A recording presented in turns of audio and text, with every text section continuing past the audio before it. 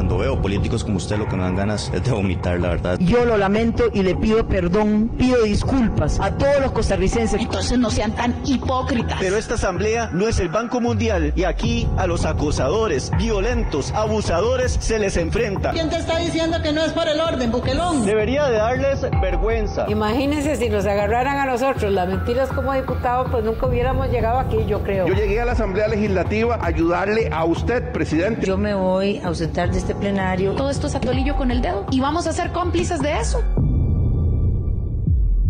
Delfino.cr presenta Curul en llamas, cubriendo y sufriendo la Asamblea Legislativa, porque alguien tiene que hacerlo. Hola queridos suscriptores de Delfino.cr, bienvenidos a un nuevo programa de Curul en llamas, el podcast semanal donde les comentamos los temas más relevantes e irrelevantes de la Asamblea Legislativa.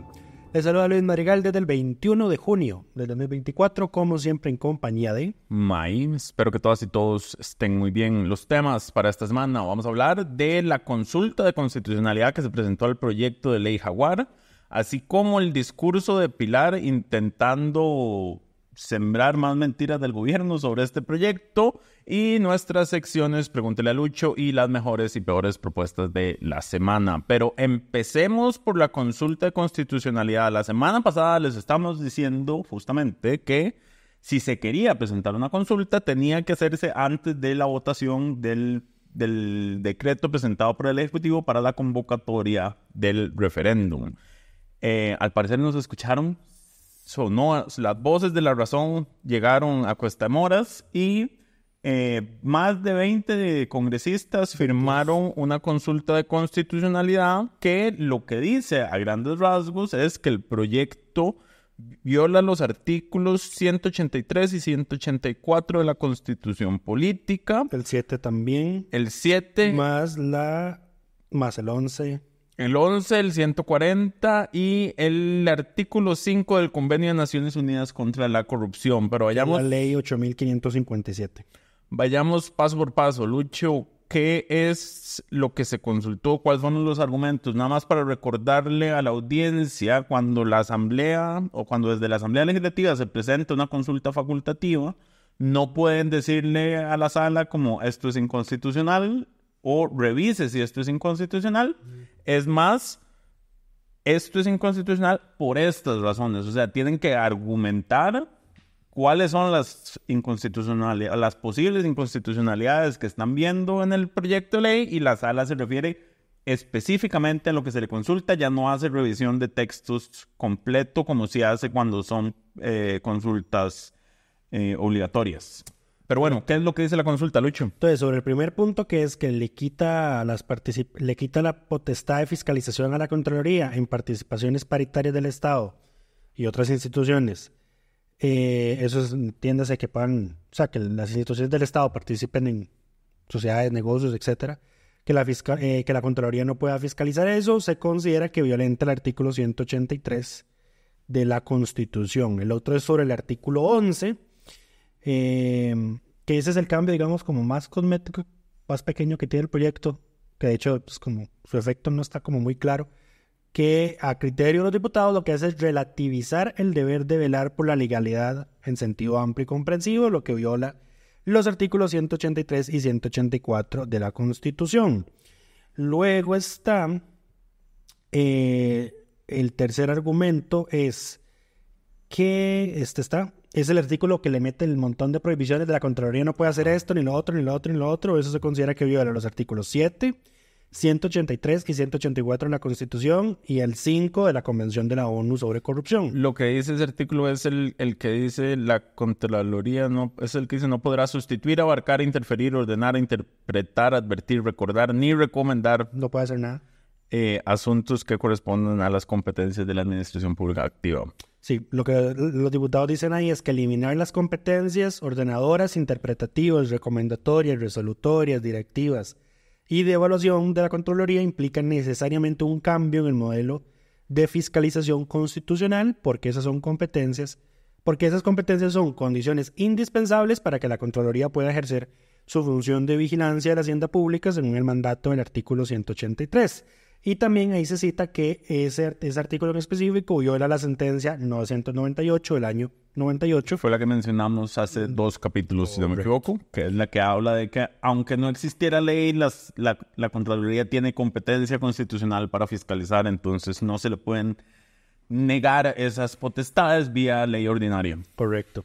También se dice aquí que la medida que pretende prohibirle a la Contraloría evaluar previamente, hacer fiscalización previa, evaluaciones previas, que violenta las obligaciones asumidas por el Estado costarricense cuando se promulgó la Convención de las Naciones Unidas contra la Corrupción, la cual dispone que cada país parte del convenio debe formular y mantener políticas y prácticas eficaces encaminadas a prevenir la corrupción. Entonces ahí me parece que hay un argumento bastante fuerte. Yo cuando leí esta consulta a simple vista, inicialmente yo dije, la veo muy flojita, ya luego la leí detenidamente y me parece que está decente, sí, por decir lo mínimo. Luego, con la reforma que se le quiere hacer al artículo 17 de la ley de la Contraloría, que ese es el que le quita la potestad de fiscalizar la eficiencia para que luego nada más fiscalice eficiencia de los controles. También se dice que violenta los artículos 183, 184 y el derecho al uso eficiente de los recursos públicos, que está en los artículos 11 y 140, inciso 8 de la Constitución. Según los diputados, con esa reforma en ese artículo se pretende quitarle a la Contraloría una competencia esencial de realizar control de eficiencia sobre el uso de los fondos públicos, quedando imposibilitada de fiscalizar la eficiencia con la que el Estado y las demás instituciones gastan los fondos del erario. Y aquí hay que tener algo claro, la Contraloría suele hacer informes de fiscalización sobre cómo hacen las instituciones ciertos procesos. Correcto. Evalúa la eficiencia o la eficacia de esos procesos y rinde informes con ordenanzas y recomendaciones vinculantes que las instituciones tienen que acatar para pues, hacer esos procesos más ágiles.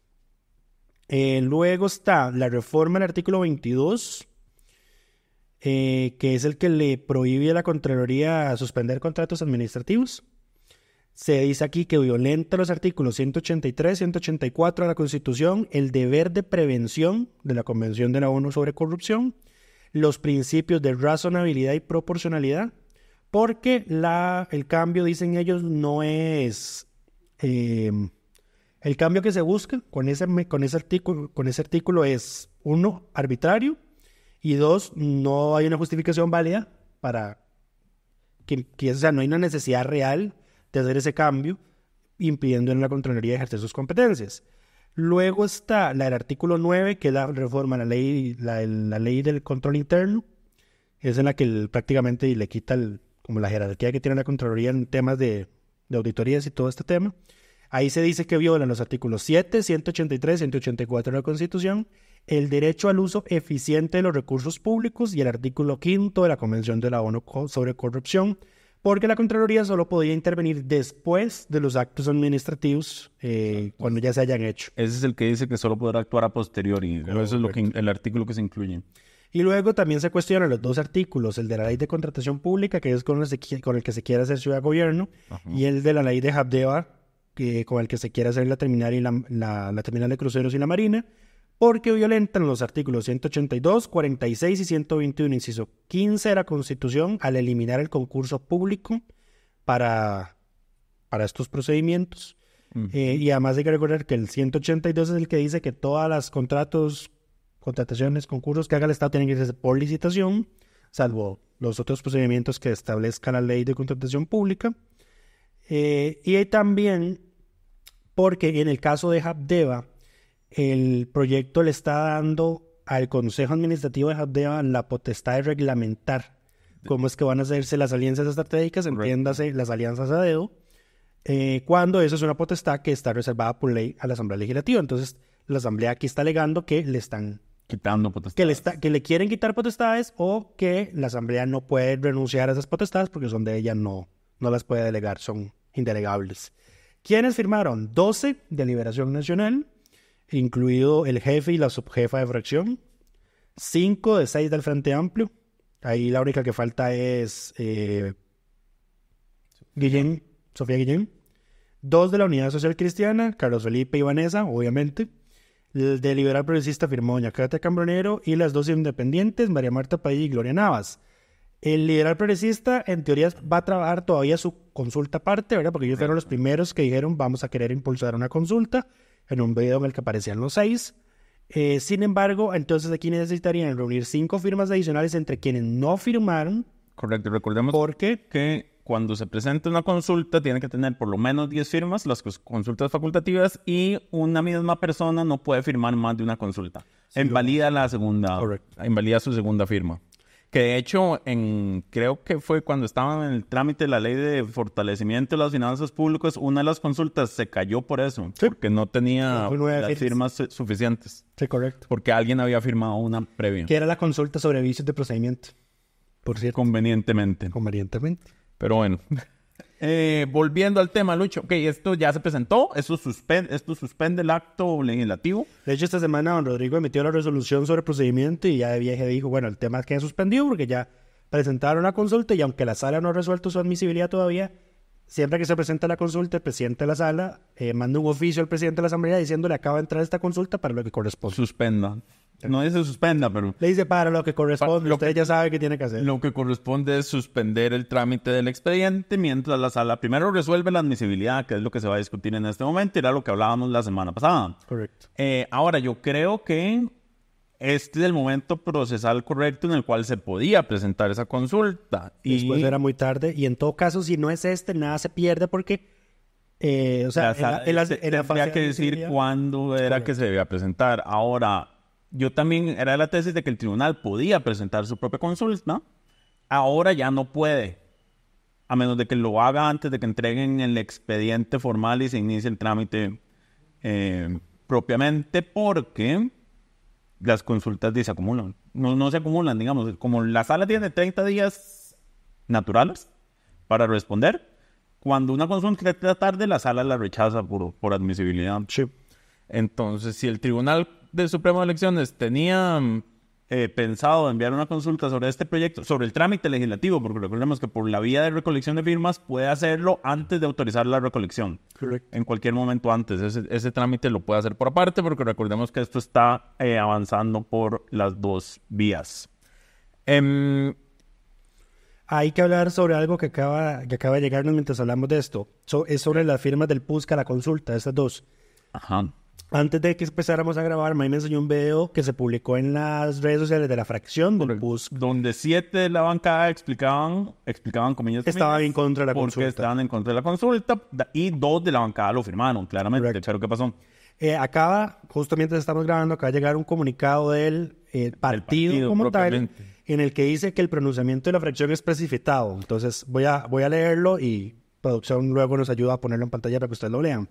Dice, ante la trascendencia de las decisiones en torno a la iniciativa de referéndum sobre la ley Jaguar, impulsada por el Poder Ejecutivo, el Comité Ejecutivo Nacional del Partido Unidad Social Cristiana cree firmemente en la realización de un proceso de consulta serio y exhaustivo antes de tomar una posición como partido. Por ello, tanto el CEN como el Consejo Político del PUSC han manifestado su apoyo a un proceso de consulta de las bases que no ha concluido. De ahí que el CEN estima que el pronunciamiento hecho por la fracción legislativa del partido a favor del referéndum es precipitado. El envío del proyecto de ley Jaguar a una consulta previa de constitucionalidad por parte de un grupo considerable de congresistas va en la dirección correcta, puesto que brindará certeza de lo que se está discutiendo para una toma responsable de decisiones. En este espacio, el CEN realizará el necesario proceso de análisis y consulta coordinada de las bases, incluyendo la pronta convocatoria al directorio político, órgano al cual le corresponde, según los estatutos, plantear los lineamientos generales de la acción política del partido, y termina, en esa línea procederemos a la convocatoria al directorio político para que haya un pronunciamiento oficial del partido sobre este tema de gran trascendencia nacional. O sea, a ver, esto nada más evidencia lo que ya es harto conocido, de que hay una división entre la facción oficialista del PUSC, son los que están con el gobierno, que incluye a sus jefes de bancadas actuales, doña María Marta Carballo, don Edrigo Jorges. Los previos. Y, ¿quién más está ahí? Marianela Rojas y Carlos Andrés Robles. Carlos Andrés Robles y el otro. Pacheco. Alejandro Pacheco. Correcto. Estoy dejando a alguien por fuera porque conté solo 6 y deberían ser... ¿No? 7. Luego que dimos todos, pero bueno. Los únicos dos que se salvan ahí son Carlos Felipe y Vanessa. Son Carlos Felipe y Vanessa. Pero bueno, esto vuelve a demostrar las fisuras existentes en el partido de Unidad Social Cristiana en todos los temas vinculados a las decisiones del gobierno. Básicamente, el partido como tal aspira a ser oposición, mientras que su bancada, o la mayoría de la bancada, aspira a ser oficialista, básicamente. Inclusive, el Bukelón dijo esta semana, le pidió la renuncia a María Marta. A Marta Costa. A Marta Costa, perdón. Sí, demasiadas Martas. Le pidió la renuncia a la Contralora diciendo que ya su tiempo había pasado. Recordemos, por dicha a la... Lo peor es que usó la frase como de algo de cargos de representación popular. La Contraloría no las coge la ciudadanía. No es un cargo de representación popular. Y su nombramiento tiene todavía 4 años vigentes. Por dicha, no pasa por la actual Asamblea Legislativa. Uh-huh. Por eso es que la próxima Asamblea Legislativa es tan importante. La otra Asamblea Legislativa renueva más de la mitad de la Sala Constitucional, si no me equivoco. Correcto. La ventaja es que recordemos que para quitarlos necesitan 38 votos. No pueden quitarlos así nomás. Pero bueno, pasemos. Lo que pasa es que Chávez está apostando a que la gente le va a dar 38 votos en el 2026. Voy a omitir mis comentarios sobre esa estrategia. Pero bueno, pasemos. Pues, lo francamente lamentable es que el presidente está haciendo abierta campaña política, ¿verdad?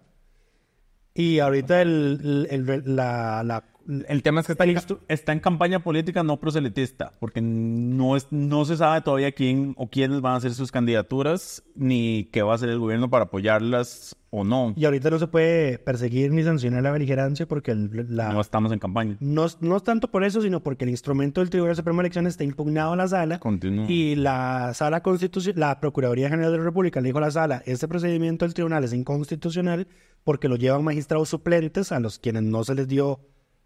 ¿cómo se llama esto? No se les dieron esas potestades a la Constitución y a la ley. Bueno, sí, la ley no están en la ley, están por reglamento. Y el proyecto de Andrea Álvarez Marín, que es el que pretende ya como institucionalizar ese proceso, no ha avanzado y además estamos en sesiones extraordinarias. Entonces por ahí va ese tema. ¿Qué más sobre el tema del referéndum? Pasamos a lo de Pilar. Pasamos al siguiente tema, que es el discurso de Pilar. El jueves de esta semana, o sea, ayer, la diputada Cisneros decidió dar un discurso en plenario después de que la Contralora en la Comisión de Asuntos Hacendarios le metió una tandeada, la cual está en nuestras redes sociales, si quieren verlo.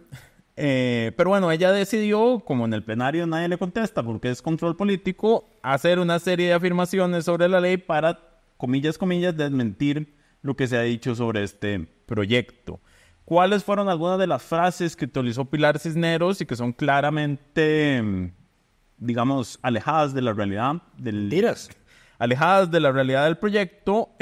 Dijo, empecemos, usó frases como: la ley Jaguar no elimina ningún artículo de la ley orgánica de la Contraloría para argumentar que no se le estaban limitando sus potestades. Como si, o sea, esta señora en serio cree que alguien va a ser tan, digámosle, cognitivamente limitado para pensar que no eliminar artículos es lo mismo que no eliminar competencias. O sea, la redacción de los artículos puede variar al punto de que se vuelva una entidad, como quieren hacer, inoperante o que no tenga ningún... Pintada en la pared. Pintada en la pared, exacto. ¿Cuál es algún ejemplo de esto? Bueno, los que ya mencionamos. El decir que la Contraloría solo podrá actuar a posteriori es claramente limitar sus potestades actuales. El decir que no tendrá la potestad de suspender la ejecución de actos y contratos del Estado o sus instituciones es también limitar sus competencias sin quitar ningún artículo. Más aquel y además, enorme que ya leímos el artículo de todas las provisiones que le establece a la Contraloría es también limitar sus competencias sin necesidad de eliminar ningún artículo. Entonces ese argumento es completamente risorio. Y posteriormente lo que hizo fue hacer un repaso por los casos. No, pues no he terminado. No he terminado todavía. Bueno, también dijo que no está modificando ninguna competencia de la Contraloría para atender denuncias sobre malos manejos de los fondos públicos. Los 3 artículos que ya mencionamos justamente hacen eso. Dijo también que no podría la Contraloría tomar ninguna acción para prevenir, advertir o corregir o sancionar lo que encontró en su investigación. Aquí nadie quiere evadir controles o suavizar reglas. O sea, según ella, no están limitando las funciones de la Contraloría, a pesar de que la literalidad del texto. La literalidad de la propuesta dice otro. Además dijo que que es falso que el proyecto va a permitir a Habdeba escoger a dedo los socios estratégicos con los que haría negocios públicos. Nadie piensa en darle un cheque en blanco a Habdeba. Cuando la reforma literalmente hace dos cosas. Le delega primero al Consejo de Habdeba el reglamento del tema. No solo eso, pero además introduce el tema de desarrollo de infraestructura pública, que no está actualmente. O sea, la ley que le permite a Habdeba hacer alianzas estratégicas no dice que Habdeba puede construir obra pública o hacer alianzas estratégicas para construir obra pública. Eso se incluye, pero además dice que los términos y condiciones de las alianzas se definen reglamentariamente por el Consejo de la Administración de Habdeba. Uh-huh. El único límite que le pone es que el plazo es de 50 años, plazo máximo. Eso es todo. Y de hecho queda más amplio que el plazo que le metieron al Ciudad Gobierno, que es de 30. Imagínate. Correcto. Y además dijo que la Contraloría, con la reforma que ellos proponen, puede y debe advertir sobre irregularidades a la administración y pedirle a un juez, antes de que se ejecute el acto, que lo suspenda. O sea, ellos están diciendo, queremos una Contralora que nos deje hacer y más bien eliminemos la vía rápida, que es los procesos administrativos de la Contraloría, y mandémoslo al contencioso. Que el mismo Chávez dice, dura años, ¿verdad? Entonces, no solo son mentiras de Pilar, sino que también son mal argumentadas las mentiras. Pero bueno, sí. ¿Qué más dijo sobre los casos? Y también dio una larga lista de casos en los que ella dice que la Contraloría no actuó y que es un ejemplo de por qué las actuaciones ahora son caprichosas cuando ha suspendido actos como la contratación de SNART o la advertencia en el tema de Ciudad Gobierno, y que no hizo nada en el pasado para tratar de instaurar esta narrativa de que la Contraloría nada más ha dejado a los otros gobiernos hacer todo lo que les da la gana y a ellos no los quieren dejar hacer nada. Al mismo tiempo pone un video de los expresidentes donde dice, la Contraloría me ha frenado esto y lo otro y toda la cosa, ¿verdad? Correcto. Ni siquiera tienen una línea discursiva lógica ni coherente con lo que están intentando poner en la jupa a la gente. Pero bueno, ¿cuáles fueron los casos mencionados? Mencionó la trocha, y ese ya ella se lo había aclarado en la Comisión de Asuntos Hacendarios cuando le dijo la trocha se emitió con un decreto de emergencia. La Contraloría no puede ejercer controles previos cuando hay decretos de emergencia. Por lo mismo tampoco pudo hacer nada con el tema de la pista del aeropuerto Daniel Oduber. Porque son decretos de emergencia. Ahora, la gente dice, entonces el decreto de emergencia pueden hacer lo que les da la gana. No, la gente, igual hay control de legalidad, pero son a posteriori, justamente. Claro. Lo que haría la reforma propuesta por este gobierno sería más bien que todos los casos de contrataciones públicas sean o tengan las facilidades de corrupción que tuvieron casos como la trocha y la pista del Daniel Oduber. Y en todo caso hay que decir que la Contraloría, antes, ya después de estallado el escándalo, abrió procedimientos administrativos exoneratorios como contra 22 funcionarios públicos y presentó una querella en sede judicial por el tema de la trocha. Sobre la pista del aeropuerto Daniel Oduber, pues ya está judicializado. Mencionó casos Azteca y Diamante. Ajá. El caso Azteca es de narcotráfico, número uno. Es el crimen organizado lavando dinero en licitaciones de la IA.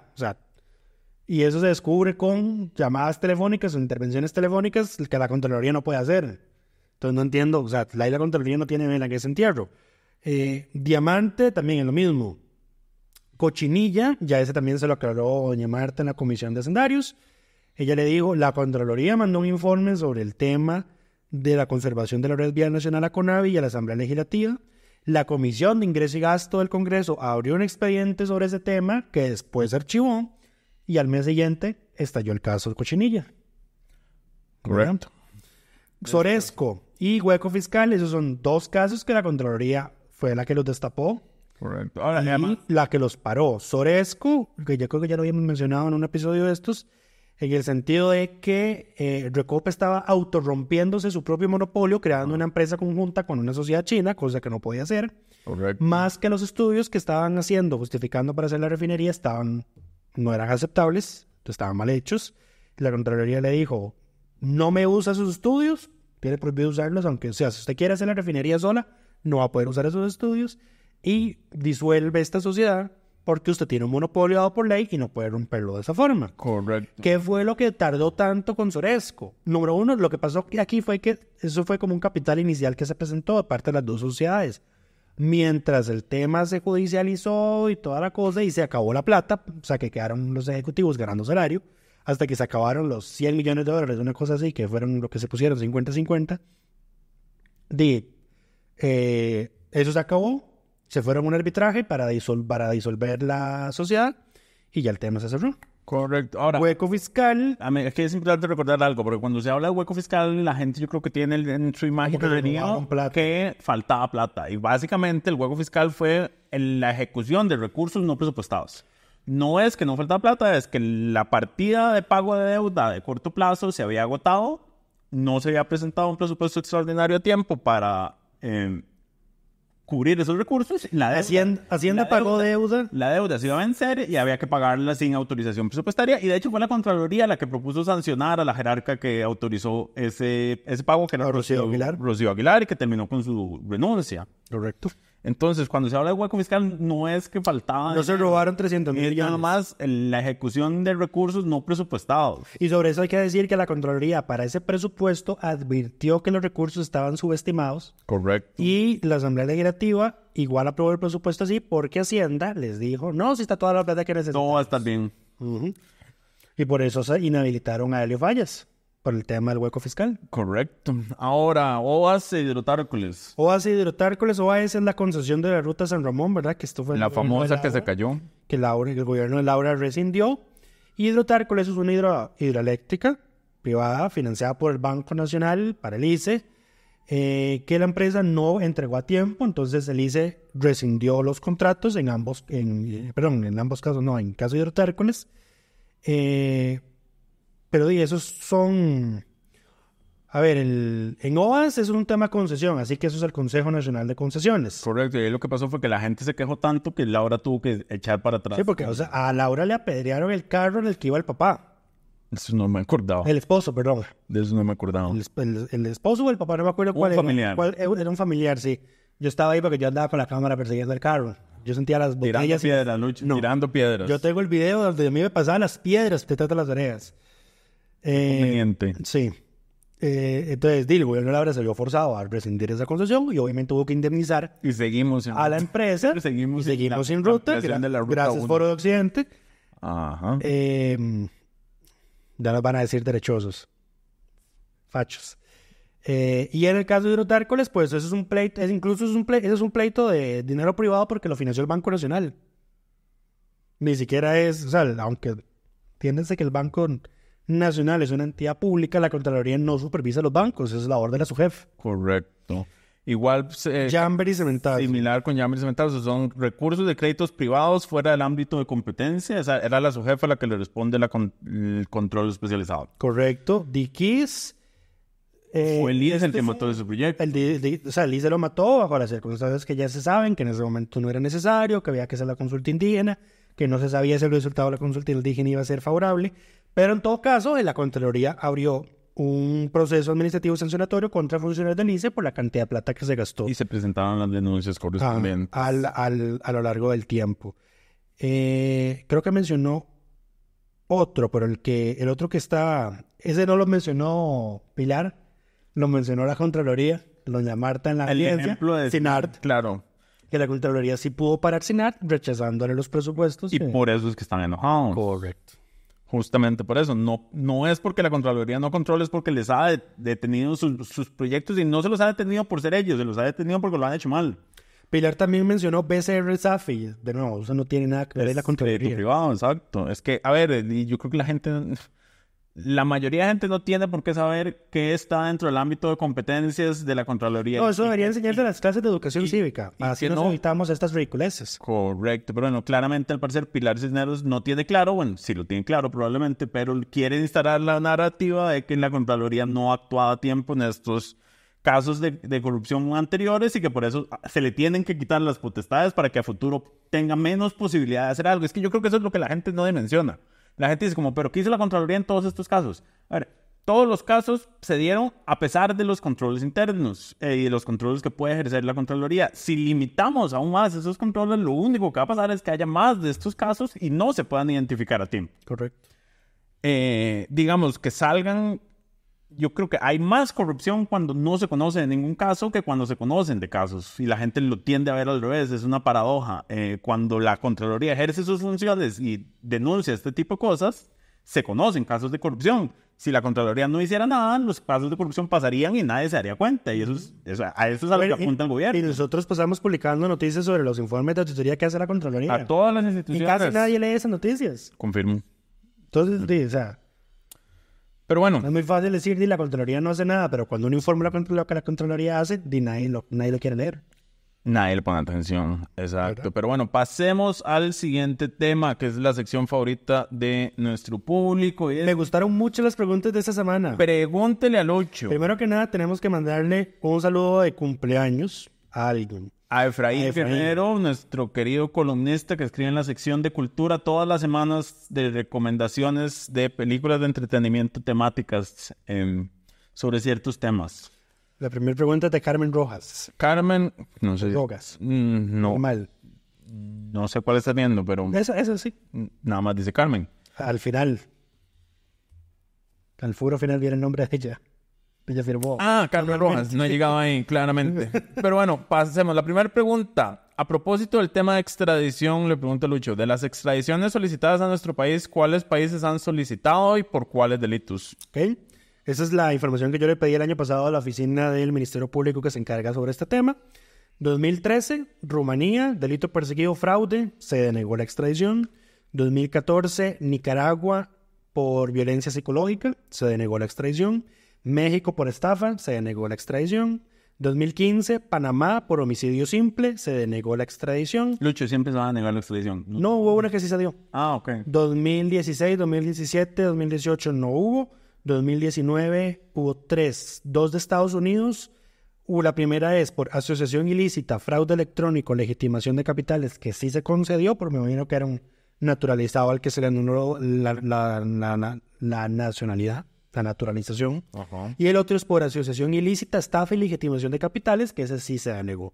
El tercero ese año fue en Nicaragua por el delito de femicidio, que también se denegó. 2020, revelación de secretos, El Salvador, se denegó la extradición. Y bajo ese argumento, El Salvador nos ha estado negando las extradiciones que hemos estado solicitando, porque pide reciprocidad. 2022, Panamá, infracción a la ley de psicotróficos, es un narcotráfico, se denegó la extradición. Y 2023, Estados Unidos, fraude por medios electrónicos y postales, lavado de dinero y conspiración. Al momento de la respuesta, el procedimiento de extradición estaba en trámite. Ok, pero probablemente se vaya a negar la extradición porque no hay forma de... Pero bueno, si es un naturalizado. Una persona naturalizada. Pero bueno, esa es la respuesta. La siguiente pregunta, Martín nos pregunta, entiendo que el impuesto selectivo de consumo está para cobrar impuesto a los bienes de lujo. Quería confirmar algo. ¿Es cierto que esta lista de bienes no la actualizan desde 1972 y que pagamos como bienes de lujo cosas como pintura, desodorante y refris? Me comentaron que un desodorante paga un 30%, no puedo creer que esto sea cierto y no estén considerando como de lujo los relojes, ropa fina o helicópteros. ¿Por qué no han actualizado el listado desde 1972? No debería ser una obligación, Lucho. Muchas cosas deberían actualizarse y deberían ser una obligación y no por esa razón se hacen. No estoy seguro de que la génesis del impuesto selectivo de consumo sea que sean bienes de lujo. No, eran otros tiempos y se quería fomentar lo que la producción local. La producción nacional, exacto. Y se consideraban de lujo porque no se producían en el país, básicamente. Ahora, no se actualizan desde 1972, en realidad no se actualizan desde 2001, hubo un cambio pequeñito. Pero sí, la lista prácticamente se ha mantenido invariable. Y ¿por qué no se actualiza? Porque como es una lista taxativa, la Asamblea es la que tiene que tocarla. Solo por ley se puede actualizar. Exactamente. Ahora, hay un tema acá y es que Hacienda puede bajar las tarifas y lo ha hecho en varias ocasiones de algunos productos. Correcto. Puede subirlas, pero no permanentemente, solo temporal. Solo temporalmente. Extrema urgencia fiscal, entendida como que se proyecte que los ingresos que va a recibir Hacienda en ese año van a estar por debajo van a caer un 5%. Entonces, en ese momento, Hacienda emite un decreto puede aumentar las tarifas máximo 20 puntos porcentuales respecto a lo que estén en ese momento, y el incremento solo por 6 meses, y además de que hay un procedimiento la Asamblea tiene un papel. El decreto se manda a la Asamblea Legislativa, el directorio legislativo tiene 6 días para informarle al plenario que se emitió ese decreto, y la Asamblea tiene un mes para pronunciarse. Si no lo hace, se aplica silencio positivo y se entiende que está de acuerdo con el decreto. Si no, el aumento de tarifas no puede realizarse. Esta medida solo puede hacerse una vez al año. Correcto. De hecho, o sea, ¿y por qué no se ha actualizado esto? El problema es que nos acostumbramos, entiendo, o sea, Hacienda se acostumbró a recibir esos ingresos. Cambiar eso en este momento sería, le generaría un faltante al presupuesto nacional que opera un 40% con deuda, pero hay una propuesta que dejó el exdiputado Jorge Dengo que buscaba reducir esas tasas justamente. Y sí, impuesto selectivo. Para ver qué pasó. Exacto, él lo propuso en febrero de este año. ¿Y qué son las cosas que están en el impuesto selectivo de consumo? Cervezas, vinos, licores, cigarros, pinturas, barnices, pigmentos, masillas, preparaciones capilares, preparaciones para afeitar, básicamente productos de higiene personal, aparatos de acondicionamiento de aire. Ese impuesto debería derogarse. Refrigeradores, máquinas para lavar, acumuladores eléctricos, aparatos electrodomésticos con motor eléctrico incorporado, afeitadoras, máquinas para cortar el pelo o esquilar, aparatos para depilar, dispositivos eléctricos de encendido, arranque para motores, aparatos, debería eliminarse. Aparatos electrotérmicos para cuidado del cabello, entiéndase, secadoras de pelo, planchas eléctricas, todo electrodoméstico. Por lo visto éramos enemigos de las todos los demás aparatos electrodomésticos de uso doméstico, giradiscos, tocadiscos, cassettes y demás. Yo por eso no me compré nunca mi tocadiscos. Cuando yo lo vi en Amazon y vi cuánto costaba traerlo aquí, yo dije, están locos. Aparatos de grabación o reproducción de imágenes y sonidos, de video, aparatos de radiotelefonía, radiotelegrafía, televisores, algunos vehículos automóviles para transporte de más de 10 personas, automóviles de turismo y demás vehículos automóviles concebidos para transportar personas, vehículos automóviles para mercancías, partes y repuestos de automóviles, motocicletas y triciclos, algunos artículos para juegos. Entiéndase, ahí entran videojuegos y por eso es que los PlayStation, las consolas son tan caras. Ahora, estos impuestos varían del 10 al 30%. Creo que el más alto es de 48%. No, mentira, el más alto es el de cigarrillos, que paga un 95% de impuesto selectivo de consumo. ¿Más el IVA? Más el IVA, exacto. Más el impuesto al... Hay otro ahí también, me parece. Creo que tiene como 3. En fin, ese impuesto... Pero bueno, ciertamente hay un montón de productos que es irracional que estén ahí bajo el selectivo de consumo y no son realmente productos de lujo. En eso tiene razón la persona que nos hacía la consulta. Pero bueno, pasemos a la siguiente pregunta, Lucho. ¿Por qué en el país seguimos aprobando presupuestos para educación que incumplen el artículo 78 de la Constitución? Recordemos, ese es el que señala que se debe dedicar el 8% del PIB a educación. ¿Qué pasa cuando desde el sistema político se incumple la Constitución? ¿Hay penalizaciones o algún tipo de sanción o pena, Lucho? ¿Por qué se siguen aprobando? Porque ahí no hay plata. Porque se siguen presentando. Porque se siguen presentando y no hay plata. A ver, y el problema con los presupuestos es que la sala resuelve a posteriori. Entonces, un año después de que el presupuesto se terminó de ejecutar, la sala dice, ese presupuesto era inconstitucional. Correcto. Y no le genera ninguna obligación. Ya hay sentencias declarando la inconstitucionalidad de presupuestos por no cumplir el 8%, pero no hay consecuencias. O sea, es que, no sé, acusar a Hacienda de prevaricato. Pues sí, es una opción. Ahora, porque de todo ni siquiera... Porque se podría suspender a los funcionarios, por ejemplo, pero ni siquiera son los mismos, porque muchas veces el ministro de Hacienda, una vez declarada la inconstitucionalidad, ya es otro. Sí. Que el que lo formuló. Por ejemplo, la Asamblea Legislativa incluso puede ser otra, tener otra conformación. Sí. Entonces, ¿por qué pasa? Porque no hay sanciones. Correcto. Ok, después nos pregunta... Esa pregunta era, de Daniel, creo. Sé por su nombre de usuario. Lady pregunta, ¿qué opinan sobre el referéndum que se presentó para la caja? Yo no sabía que se presentó un referéndum para la caja, Lucho. Yo creo que, de hecho estaba pensando, me puse a revisar ayer si eso podía hacerse por referéndum, porque me parecía que no, Pero el tema es que el La gobierno... caja tiene autonomía constitucional. El sistema de gobierno de la caja está por la ley, no está por la Constitución. Lo que dice la Constitución es que el sistema de cotización es tripartito, Ya. pero no que la administración de la caja va a estar integrada por trabajadores, patronos y Pero dice que es empresarios. tripartito. El sistema de cotización. Pero la Ah, Constitución ok, no ok. habla del modelo de gobierno. Ya. Entiendo tu punto. Y eso es lo que Walter Muñoz quiere hacer, que despolitizar la caja, entiéndase, sacar al Ejecutivo de la caja. Ok. No. Y está convocando un referéndum para eso. Está buscando firmas. Pero ya lo presentó ante el tribunal. Me imagino que sí. No creo que se la hayan autorizado todavía. Entonces no puede estar buscando firmas. O sea, está aspirando a poder que la autoricen recolectar firmas. Está perdiendo el tiempo, básicamente, Lucho. Como Está muchas perdiendo el cosas tiempo. que hace don Walter Muñoz. No es esa la reforma que necesita la caja, me parece. Sí me parece que hay sectores No representados en la no Junta representados, trabajadores Directiva. independientes. La propuesta de Engo, no. Incorporar a trabajadores independientes en la pero Junta no, Directiva de la pero no Caja. con un puesto adicional. ¿Querés quitarle un puesto a quién? Debe hacerse una redistribución, me parece ahí. Yo soy enemigo acérrimo de que, ¿cómo se llama esto? De que UCAEP se deje todos los puestos de representación del sector privado. Del sector patronal, ajá. No debería ser así. Reformemos la ley de la caja. Pero bueno, pasemos a la siguiente pregunta. Es, ¿cómo funciona el tema de los presupuestos extraordinarios? Ya vamos por el cuarto, hay gol ahí. A ver, ¿El gol que tiene ese? ahora, no hay gol en los presupuestos extraordinarios necesariamente.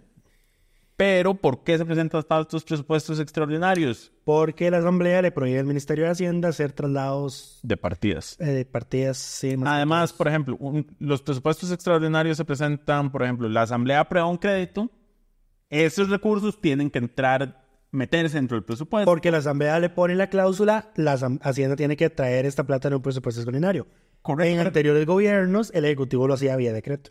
Exacto, pero además, cuando se aprobó el presupuesto, no estaban esos recursos propiamente ahí necesariamente, porque vos no puedes meter recursos que no has aprobado. Correcto. O sea, aparece una partida de se va a endeudar en 40%, pero hay que introducirlo dentro del presupuesto por vía de presupuesto extraordinario. Ahora, este cuarto presupuesto lo que hace es introducir el aumento salarial que el Ejecutivo aprobó para todas las fuerzas policiales del país. Y lo hace quitándole financiamiento a las asociaciones de desarrollo. Ese es el gol. Ese es el gol. Sí, exacto. Bueno, después Roberto Sánchez nos pregunta, ¿a dónde se ha metido el gobierno los 7,000 millones en préstamos? Nogui siguen aventando plata y pateando la plata. Creo que era pateando la bola, pero bueno. La mayoría de esa plata lo que pasa es que se mete en un presupuesto extraordinario y lo que se hace es cambiar fuente de financiamiento. Entonces, se rebaja la partida de endeudamiento interno del presupuesto que está financiando el presupuesto este año y se sustituye por endeudamiento externo con esos créditos. Correcto. Ahora, Entonces, técnicamente no estamos usando la plata para pagar para adelantar pagos de deuda. Estamos poniendo fuente de financiamiento. es para no endeudarse a nivel local porque en teoría salen con tasas más altas. Ahora, lo otro es que Por eso llaman créditos de apoyo presupuestario, no son créditos para pago de deuda. de infraestructura. Ajá. La plata que sí se estaba engaletando haciendo Es la de la caja. es la de la caja. Ese 10% que tenía de todos estos préstamos internacionales aprobados que tiene que pasárselo a la caja eventualmente. Luego, Sebas nos pregunta, en materia económica, ¿cuál proyecto presentado es el que ustedes ven como más relevante? Misma pregunta para el de materia de seguridad. Lucho. En el de económico, es que ese es como económico social, me parece que el de la pensión básica universal de Rodrigo Arias. No me parece tan relevante. No, porque eso no es el régimen no contributivo. Francamente, a ver, el de Marchamo era una necesidad urgente, por dicha se hizo, se logró, la Asamblea cumplió con ese aspecto. Ahí Hacienda ya está señalando que tiene un faltante 33,000 millones de colones por ese tema, pero bueno, ese es el problema. De algún lado tiene que salir la plata. Ahora, en materia de seguridad no hay ningún proyecto que sea realmente importante porque todos son punitivistas. Nada atiende las dos cosas más importantes en materia de seguridad, la prevención Inversión social. y recursos para la policía, digamos. Esas dos son las claves. Más bien el gobierno usó a sus ministros a objetar el proyecto de ley sobre el tema del impuesto a las personas jurídicas, del que le obligaba a destinarlos a a presupuestar los dineros como se debe. Correcto. En lugar de que Hacienda tome plata de ahí para hacer otras cosas, ¿verdad? Exacto, pero bueno. Después nos dicen, los felicito y agradezco por sacar la versión en video, con mucho gusto. Lucho está muy contento con que ahora ustedes nos puedan ver. Él es el más feliz de toda la redacción con que esto sea posible y de que todos lo puedan ver y comentar su nuevo corte de pelo. Muchas gracias. Y dice, por fin pude compartirle el programa a mi mamá y le encantó. Saludos de parte de Deida. Hola, Deida. Saludos. Deida es una compa. Mis compas, al parecer, en lugar de mandarme mensajes de texto, dejan mensajes en Spotify, pero bueno. Y piden saludos de cumpleaños. Exacto. Después nos pregunta un usuario con signo de interrogación en su nombre. En caso hipotético de que se intente hacer una nueva constitución, ¿los mismos diputados serían los constituyentes o habría que elegirlos en una elección? No. La asamblea convoca, hay que hacer elecciones para elegir diputados constituyentes y las dos asambleas sesionan simultáneamente. La asamblea no solo convoca, también define cómo operar la constituyente en temas de cuántas personas va a estar integrada, cómo se va a hacer cómo se van a elegir, digamos, si es por partidos políticos, si hay candidaturas individuales, cómo se va a aspirar a que se conforme esa constituyente y operan de forma paralela. Después, ¿qué sabemos? ¿Qué pasó con el proyecto para regular la inteligencia artificial? Ese tiene un texto sustitutivo aprobado, pero todavía no está dictaminado. Está en la Comisión de Ciencia, Tecnología y Educación. Y actualmente en suspendido porque no está convocado en sesiones extraordinarias. De igual forma nos preguntan qué pasó con el proyecto para realizar teletrabajo en el extranjero. Ese es el 23.528, ya está dictaminado y está esperando quemar el primer día de mociones 137 en plenario. No está convocado tampoco. Y no está convocado, entonces está esperando hasta el 1 de agosto, que es que inicia el primer periodo ordinario de esta legislatura. Luego nos preguntan, ¿ustedes creen que vamos en camino a un estado fallido? Y si no, ¿hace cuánto tiempo creen ustedes que ya estamos en esa fase sin retorno, Lucho? Primero que nada, un estado fallido se define como un país cuya estructura de gobierno se ha vuelto ineficaz hasta el punto de no poder proveer los servicios básicos a sus ciudadanos y mantener el control sobre su territorio. Factores: falta de control territorial, el gobierno no tiene control efectivo sobre todo su territorio, pueden existir zonas controladas por grupos armados, insurgentes o fuerzas paramilitares. No creo que reunamos ese requisito, por más inseguridad que tengamos. Por más que la policía no entre a ciertos barrios, o sea, son casos muy excepcionales. Incapacidad de proveer servicios básicos como educación, salud, seguridad y justicia no son suministrados adecuadamente, debatible.